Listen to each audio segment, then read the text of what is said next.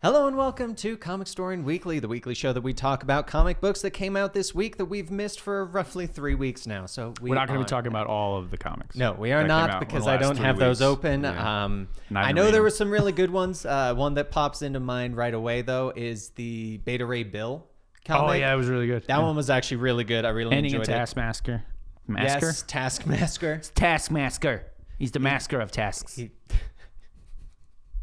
Anyway, this is Andy. I am Dan. Let's go ahead and jump on in. First up, we've got Batman 107. Whoa. What? How are you doing today? Thank you. Ask me again. Andy, how are you doing today? I'm fantastic, Dan. Thanks for asking. All right, let's jump into it. Batman 107. Jesus. I have to actually scroll through this one because skip right over me. I kind of forgot what happened. He's still trying to work on the... It's been a few weeks after A-Day where the Joker... I don't know why they call it A-Day. Arkham Day, because it's maybe? the Arkham. I guess. J-Day would have been better. Anyway. Well, because they went with A-Day because of the fact that if they went with J-Day, it's like, oh, it's definitely the Joker. But now they're like, oh, it might be Scarecrow that did it. Yeah. So Scarecrow is attacking the city in the sense that he's leaving actual scarecrows around and just causing us panic. Yeah. It has nothing to do with his chemicals or anything like that. And the city's just kind of like going to shit. As it always does. Once again, why does anyone still live in Gotham? Like, I understand you might not have the money to, like, just flat out move. But at this point, I would pack my car and go. You know what? Just get insurance. Yes. Wait like a week and then you'll just bank. Leave. Like, you got to have family somewhere else.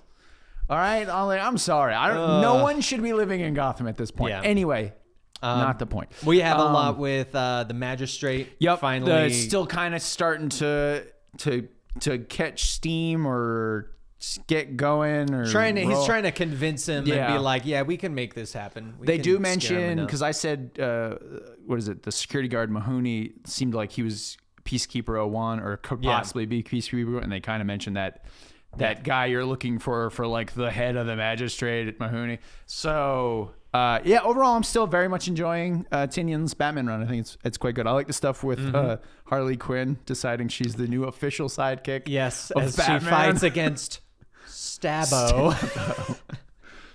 I do love that we get Batman looking like Omni-Man. I'm not going to spoil exactly what led up to that.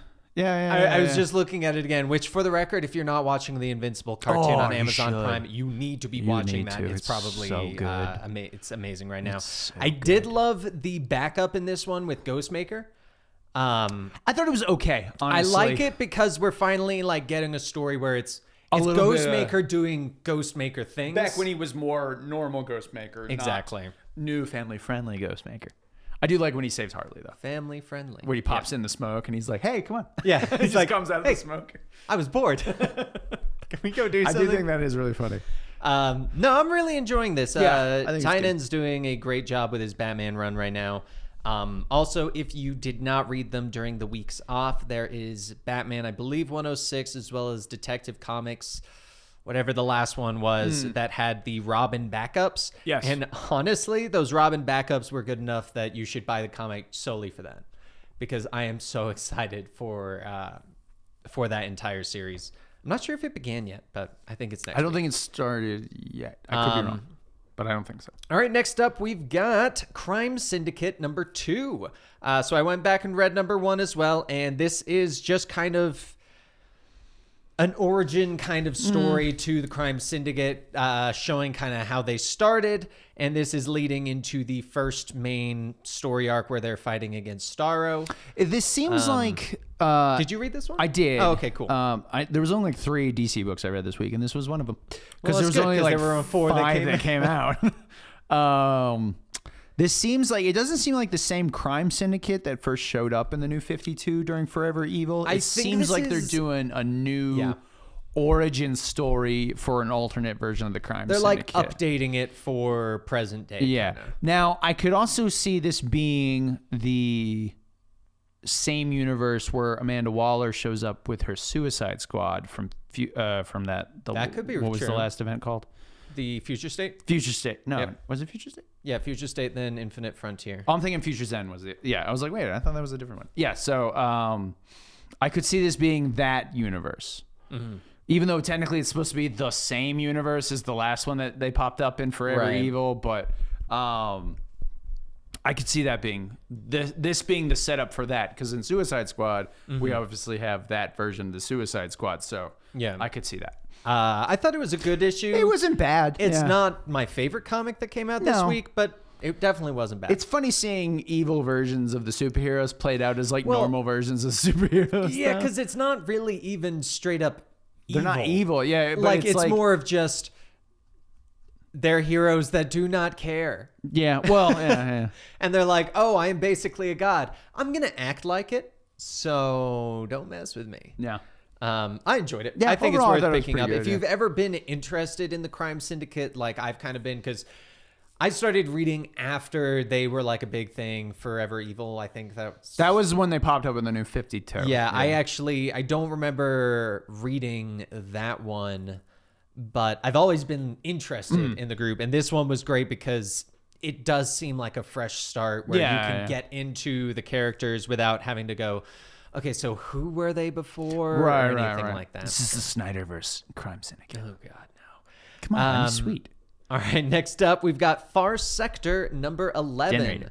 So this is continuing the Green Lantern Joe in the city at the end of the universe. It's just continuing the story where it's getting a bit more intense. We're seeing a lot more of the underlying plans, a lot of the backdoor manipulations from the different politicians. I'm enjoying it. I think this is really good. I think if you have been reading it, definitely keep going. If you have not been reading it, I would say read the first arc. This has actually been a really good Green Lantern story, especially because when it came out, we were kind of in a drought of good Green Lantern stories because we just had the really weird Grant Morrison one. I was going to say, depends on if you're into weird Grant Morrison. If you're really into weird Grant Morrison, then Grant Morrison's Green Lantern run was good. Yep. It was a little too weird for me, and I like weird Grant Morrison, but same. But if that wasn't for you and Far Sector wasn't for you, Green Lantern has begun again with Green Lantern number 1. This one is, if you read the future state of the Teen Lantern going with Mogo through the Dark Sector and then everything gets powered down, this seems to be the heading in that beginning direction and going in that direction, because we have the Guardians trying to figure out the Gauntlet, which I really enjoy the fact that all the adult Lanterns understand the teenager, but the Guardians don't. And they're like, wait, what's going on in there? Did they try and take the Gauntlet? They tried to take the Gauntlet. And I told them not to do that. I know she was going to. It's actually really fun. I'm enjoying this story. Did you read this one? I didn't read this one, no. I would recommend picking this one up because you get that, but the bigger story arc is, I've noticed a lot of these do reference the future state stuff. So I really hope they don't go in that exact direction, because then it's like, I know where they're going. Right. But this one seems to be establishing both the Teen Lantern future state story as well as the Superman versus Imperious Lex, where they have the Order of the Planets. Yeah. Because during all of this, they're also bringing all that organization to Oa to see if Oa can join the Organization of Planets. So I actually really enjoyed this one. It's nice having like a good Green Lantern story to have again that's not way over the place or anything like that. It's just a straight good story. So I think if you've been looking and aching for that good Green Lantern story, I think this might be for you. Because if you weren't waiting and looking for that, you were probably enjoying Grant Morrison, so you're fine. Next up, we've got Man-Bat number 3. It was okay. We have it's just Man-Bat. I mean, there's really not. That was in the title. Exactly. Like there's really not anything super special about this, because you also know that this is before. Yeah. I believe Suicide Squad, where he's actually on the Suicide Squad. No. Justice League Dark. Justice League Dark. Thank you. So this is just kind of going into that and seeing the different. I think the purpose of this is to give more behind the character. Because I believe, is he getting a movie? Is he being used? I don't think so. No, I'm thinking Mobius. Morbius, that's right. But I think the entire purpose of this is to kind of give more behind Kirk Langstrom. Nothing super crazy. I do like that there's a Harley Quinn and Man-Bat moment where she's being like a therapist and being like, oh, you're okay. Well, not really, but I'll pretend. I mean, it's all right. If you're not a fan of it, you're not going to be a fan of it. Yeah. Like, this was not oh my gosh, you want to read this now. Like, they should make a Man-Bat movie. Just straight up copy of the Morbius movie. It'd be great. But he's, honestly, instead of a vampire, he's just a giant bat. Based on the comic of Man-Bat versus the comic of Morbius, yeah, I would actually prefer Man-Bat. Fair enough. Even after that review I just gave you of Man-Bat. So anyway. That's funny. On to the next comic. We've got Suicide Squad number 2. I thought this was good. I liked this one because of the fact that I've never seen Peacemaker before, really. And this gives the gist of the character. Yeah. He just wants to make peace by any means necessary. And I cannot look at this now and not see John Cena. I know, right? I do like the trailer where he was like, I'm all about peace. I don't care how many people I have to kill to get it. Wait, what? Yeah, I thought it was okay. After Tom Taylor's run, though, you can't beat Tom Taylor. This kind of returns to kind of the more standardized Suicide Squad, which in and of itself isn't bad. And having like Superboy on it, like the clone Superboy, is a very interesting idea. I mean, where we on issue 2 now, right? Yes, issue 2. These first 2 issues have been okay. But to me, they haven't raised that bar that like the Tom Taylor run did. Tom Taylor is a very hard act to follow. I know it's not great to always compare. And like I said, this isn't bad. It just hasn't grabbed me quite like that last run did. So the one thing I do appreciate about the Infinite Frontier right now is that they are making it very clear it's all in the same timeline by using exact things of this is going on during the A-Day event. Oh, yes, I did like that. Like they even mention Batman's here, and you guys need to get out of there before he finds you. He finds you, So I did like that. I liked that part a lot. Next up, we have the Swamp Thing number 2. This one I kind of just skimmed through. It has not grabbed my attention that much, but that being said, if you like Swamp Thing, you're going to love this because it is a good Swamp Thing story. The problem is it's a slower paced story because it's Swamp Thing. Well, yeah, I was going to say, generally speaking, Swamp Things tend to be slower paced. As someone that has to read as many comics a week as I do, it's hard to get into those slower paced stories just because it's like, okay, I read this super fast one, super fast. Oh my gosh, so much dialogue. God, why is everyone talking so much? They just punch each other in the face. Exactly. This is stupid. Exactly. But that one is it is still about like the Swamp Thing trying to revive, but constantly running into this creature that I assume is a part of the rot that's preventing him from doing anything. I don't know why I'm getting so many scam calls right now. I got to renew that warranty, man. Anyway, we're talking about your extended car warranty. Next up, we've moving on to the Marvel side of comics that came out this week. We've got Amazing Spider-Man number 63. Okay, they're going too much right now. Did you read this one? I did not. I haven't been reading Spider-Man. So in this one, my problem with it was we kind of now have too many storylines going at the same time because we've got the Peter and Boomerang's roommate is dating the villain, it's not the new, maybe Stinger. I don't know who even their name, Firefly. I don't know. I don't even know who she is, but she is the daughter of Tombstone. He is the son of the new head of the Bugle.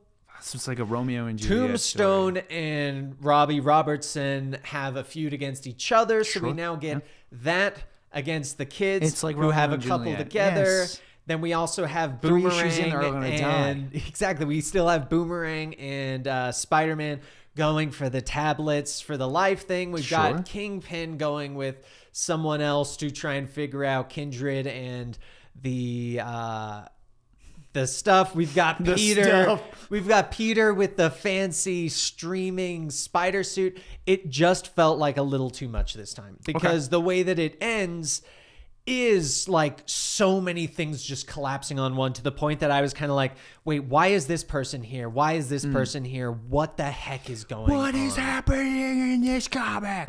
Meanwhile, Venom symbiotes are all over New York. Yeah, well, we'll get there. Cats and dogs living together. But I mean, it's not mass hysteria. It wasn't like a bad story. Right. It was it's just a too lot. much. Yeah. I get you. So, on to the next one, we've got Avengers 44. Did you read this one? I did. I'm kind of done with Avengers. So we finally have they the finally winner. get through the fight. Yes, so we get through the rest of the fights. And the fights didn't actually They matter. didn't matter. At It was X of all. Swords all over It was again. like 6 issues of Avengers. That's why I was reading this. I started skipping forward. I'm like, are we still doing all of these fights? And then we get the winner, who wasn't a member in the tournament at all. Thank you. I'm glad. I was actually going to ask that. I mean, good it's Lord. Or if she was, I don't remember it. I will say the way that this concluded with the new person of the Phoenix makes me interested a little bit. I'll say that. The actual person who became the Phoenix, no spoilers, Yeah. is a very interesting idea. It's a very interesting turn. However, Are they a new character? No, it's not a new character. Okay, 'cause I've never seen it before. It is a lesser known character. Okay. However, it makes pretty much the last 6 issues moot and utterly pointless. Yes.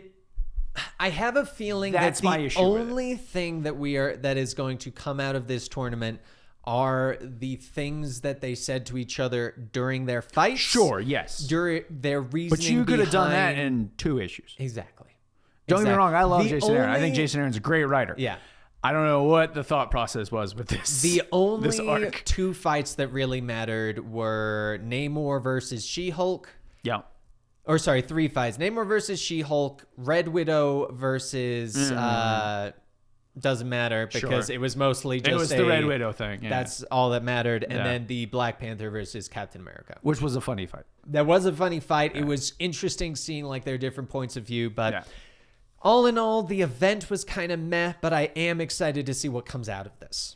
I think this was basically Jason Aaron was just like, listen, I just want a bunch of phoenix-ized superheroes fighting and You know talking what shit. I think the it whole more time. was? I think it was more him going, can I just not do the King in Black? Yeah. And they were like, That's okay, actually but you got to probably do what it is. something that like will make sense for what? Phoenix fight? Yeah. Do it. It's actually pronounced Phoenix. Phoenix. Sorry. Yeah. But anyway, that is Avengers number 44.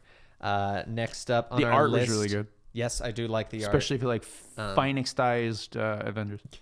Anyway, on to the next one.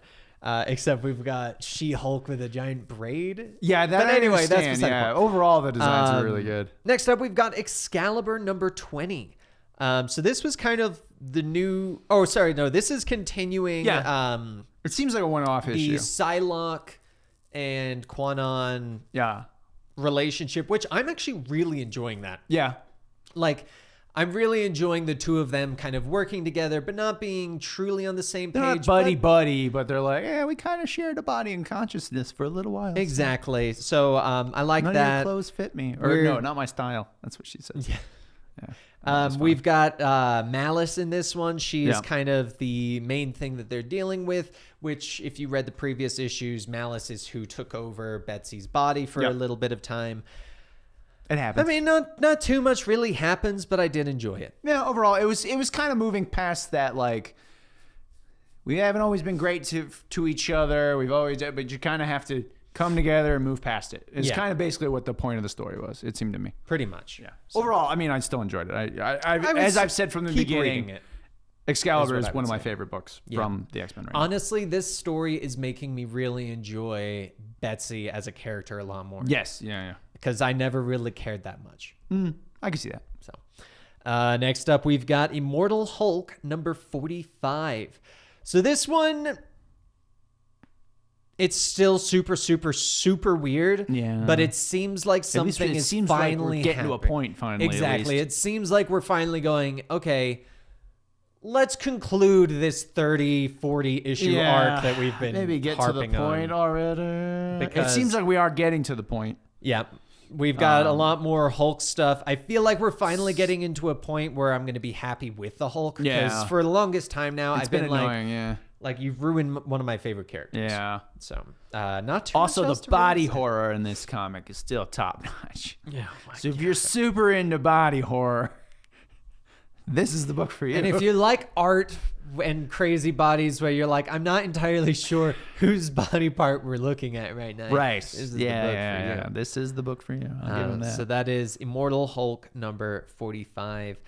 King in Black number 5 did come out this week. I'm actually going to touch on this after we hit Venom because the order you want to read that is Venom. And then King in Black because I read it the opposite way. And I was really confused at first. Oh, I did not read this one. King in Black, Planet of the Symbiotes number 3. Honestly, so the Planet of the Symbiotes have just been kind of like side stories for characters. That's fine. Since the beginning. This one was Cloak and Dagger and somebody else that was so unimportant I didn't remember it. You can skip it, honestly. It was okay. If you're really into like Cloak and Dagger, sure, it was an okay story. And honestly, this whole Planet of the Symbiote side book you could just skip. Yeah. Personally, in my personal opinion. I don't even remember what the second story was. Another symbiote? Oh, is it Dylan? It's Toxin. It's Toxin. That's who it was. Yeah, thank you. Interesting. But yeah, it's just like they were okay. And if you're super into those characters, the stories themselves are fine. Right. They're not terrible. They're not really amazing either. The art was okay. Yeah. Right. I read it and I was just like, why are we talking about Cloak and Dagger? Like, they don't even really have anything to do with the symbiotes. Yeah. That's what's throwing me off. Yeah, I think the whole point was the fact that her daggers are light. Yeah, it's basically what it was. It's just like, okay. All right, so moving on from that, Magic the Gathering number 1 came out. If you like the card game, give it a shot. This book is I didn't read it. 100% it's just about people playing Magic the Gathering. Each page is just a giant version of a card. No, I just want a comic where it's people playing Magic the Gathering. So they like throw down the card and everything. But then it goes into like if it was the that'd be funny cool. actually. Somebody needs to. I have so many great ideas. We do. Yeah, you know like what, writers? If you need ideas, just watch our show. Next up of a story that we actually read, Marauders number 19. Oh, yeah, it's a good story. Yeah, I'm enjoying this one. This is continuing the Madripoor that they basically just bought Lowtown, but then the Verendi have sent in the Reavers. Yep, basically just wipe everybody out. So it's easier to put up new housing when you're wipe everybody out from the poorer sections. Everybody knows that. It's true. That's how you reduce real estate costs and population control. But so anyway, the problem is the Marauders themselves cannot go stop the Reavers, even though they need to help out their friends in Lowtown who have helped them out in the past. Because of the UN and and the fact that mutants aren't supposed to be fighting humans, yada, yada, yada. So they get a workaround. The Morlocks, which are technically mutants, but not part of Krakoa. Yeah. It's actually a really good workaround if you really think about it. Great. I like when Callisto's like, I'll deal with it. I'll be back. Yeah. I feel like this and Excalibur, my favorite X-Men books right now. And I really enjoyed this story. I thought it was really good. I really recommend picking this one up. Also, that one Morlock lady with the tentacle tongue. I don't like it. Nope, I don't like it. The parasite head. Yeah. Not a fan. Not a fan. Should basically imagine like Lickitung mixed with Alien. Kinda, yeah. All right, moving on from that one. Squadron Supreme number 1 came out. So this is a Marvel Tales. It's a reprint of multiple older stories. Kind of introducing you to... Disappointed me tremendously. So because of the cover, I was like, awesome, cool. A new Squadron Supreme book. Big fan of Squadron Supreme. Really like it. Like their alternate versions. Really big fan of Supreme Power, which is probably the best one in my opinion. So I was like, oh, cool. New Squadron Supreme. And it's all stories from like the 80s and stuff, which are good. Don't get me wrong. But it's not what we wanted. But it's if you're hoping for a new Squadron Supreme book, this isn't it. Because at first I was like, oh, this is great. Because it even says on it 2021 to... So that kind of frustrated me. But I'm a big fan of those characters. I like Marvel's take on the DC characters, which is what all the Squadron Supreme is. Like the previous Hyperion book was really good. The Nighthawk book was really good. Squadron Supreme from Alternate Realities is really good. Hyperion one. That was a really good one. That was probably my. I would say that's probably my favorite version of Hyperion, even though Supreme Power is my favorite version of Squadron Supreme. Interesting. But All right. yeah. Next up, we've got Venom number 34. So this does belong before King in Black. Yes, you should read them in that order. This one explains, first off, what's going to happen with Flash Thompson. I like to point out my prediction was correct. Yes. In that whatever they were doing to bring Eddie back was also going to be used to bring back Flash Thompson. Yep. And that's what happens. Well, as far as we know, his arm came out of the ground. Something like that. Yeah, his arm came out of the ground. But It'd be funny this if the rest one- of him comes out as like a zombie.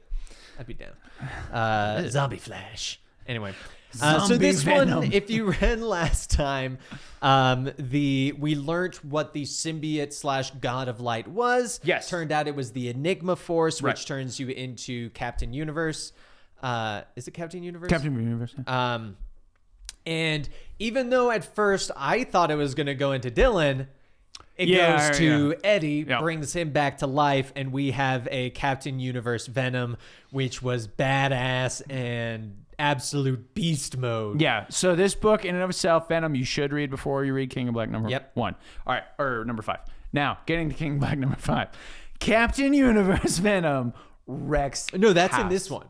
Him wrecking house is in No, this no, one. that's in King of Black. Or part of it's in this one, I should say, because there is like the part of the big fight between them.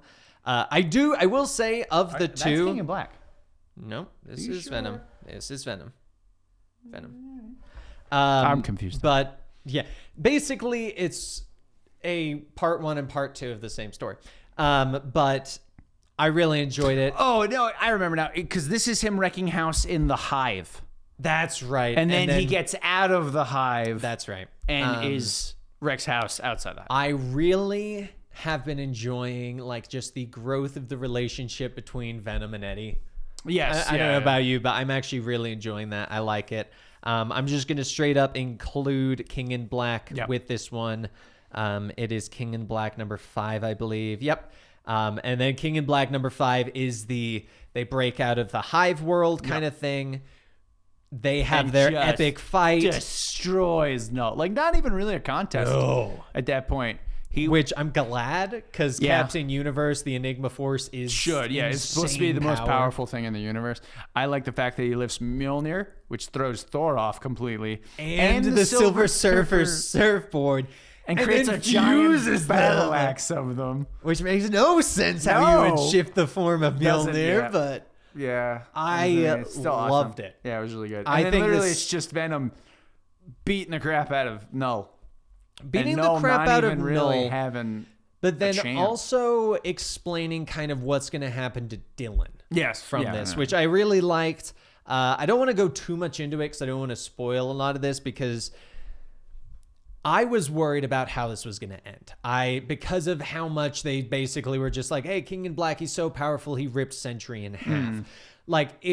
I was worried that it was going to be an over-the-top, doesn't really make sense kind of thing. But this one, I was like, okay. I could see this actually yeah. making sense, because the Enigma Force does show up in like the ultimate time of need for Yeah, the yeah. person that's able to control it.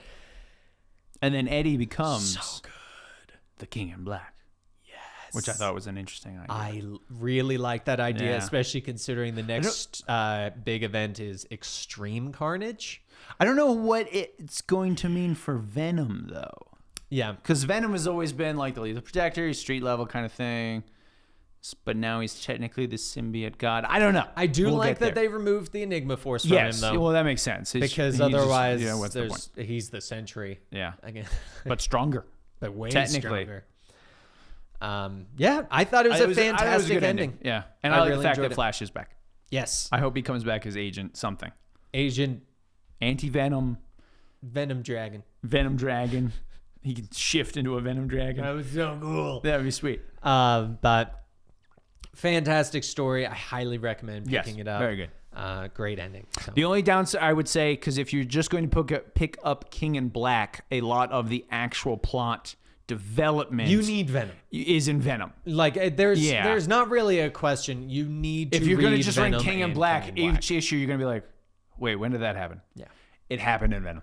Yeah. Just so we're clear. I really did like that there was a a repeat of a scene that Null did to Eddie. Yes. That Eddie did to him in this one. I really like that. But yes, 100% pick this up. Fantastic ending to the story. I really also like enjoyed when it. all the Avengers show up and then Venom lands in front of him. He's like, nah, I got it. Yeah, you guys do that. I got the big guy. You go deal with the little ones. I'll take out the god. All right. And that concludes today's episode of Comicstorian Weekly. Once again, watch Invincible as well. It's a fantastic show. Very good. 4 episodes are out, 5 as of tomorrow. Very good. So good. Yeah. Anyway, if you want to find more of Andy, he's for I Am the Andy on Instagram. If you want to find more of me, I'm Silu91 on Twitch, CYLOO91.